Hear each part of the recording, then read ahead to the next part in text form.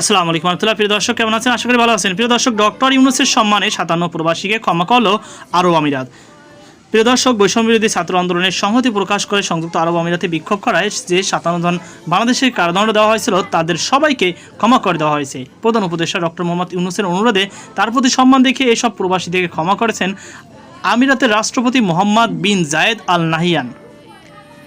মঙ্গলবার 3 সেপ্টেম্বর দেশের বিভিন্ন গণমাধ্যমের সম্পাদকদের সঙ্গে প্রধান উপদেষ্টা ডক্টর মোহাম্মদ ইউনূসের বৈঠক অনুষ্ঠিত হয়।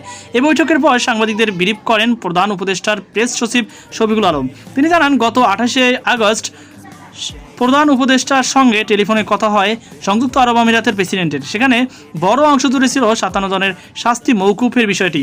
প্রধান উপদেষ্টা প্রেসিডেন্টকে প্রবাসী শ্রমিকদের ক্ষমা করে দেওয়ার অনুরোধ করেছিল। প্রেসিডেন্ট তার কথা রেখেছেন। প্রধান উপদেষ্টা আজ এই সুখবরটি পান এবং জানিয়ে দেন। তিনি বলেন, তাদের ক্ষমা করানো ছিল বড় চ্যালেঞ্জ।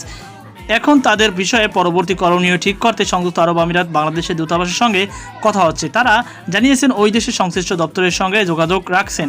তাদের বিষয় কী হবে তা নিয়ে পররাষ্ট্র মন্ত্রণালয় কাজ করছে। সম্ভবত তারা দেশে ফিরে আসবেন। উল্লেখ্য, কোটা সংস্কার আন্দোলনের প্রতি সংহতি জানিয়ে সংযুক্ত আরব আমিরাত বিক্ষোভ করায় 57 জনকে বাংলাদেশে বিভিন্ন মেয়াদে কারাদণ্ড দিয়েছিল দেশের আদালত। তাদের মধ্যে 3 জন যাবজ্জীবন, 53 জনকে 10 বছর এবং 1 জনকে 11 বছরের কারাদণ্ড দেওয়া হয়। তো প্রিয় দর্শক, বুঝতেই পারছেন যে এত বছর দেওয়া হলেও ডক্টর মোহাম্মদ ইউনূসের একটা মাত্র ফোন কল এই সকল অপরাধ ক্ষমা করে দিয়েছে আরব আমিরাতের প্রেসিডেন্ট। বলতে হবে যে hand salute doctor Mohammad Yunus. আজকে পর্যন্তই। আল্লাহ হাফেজ।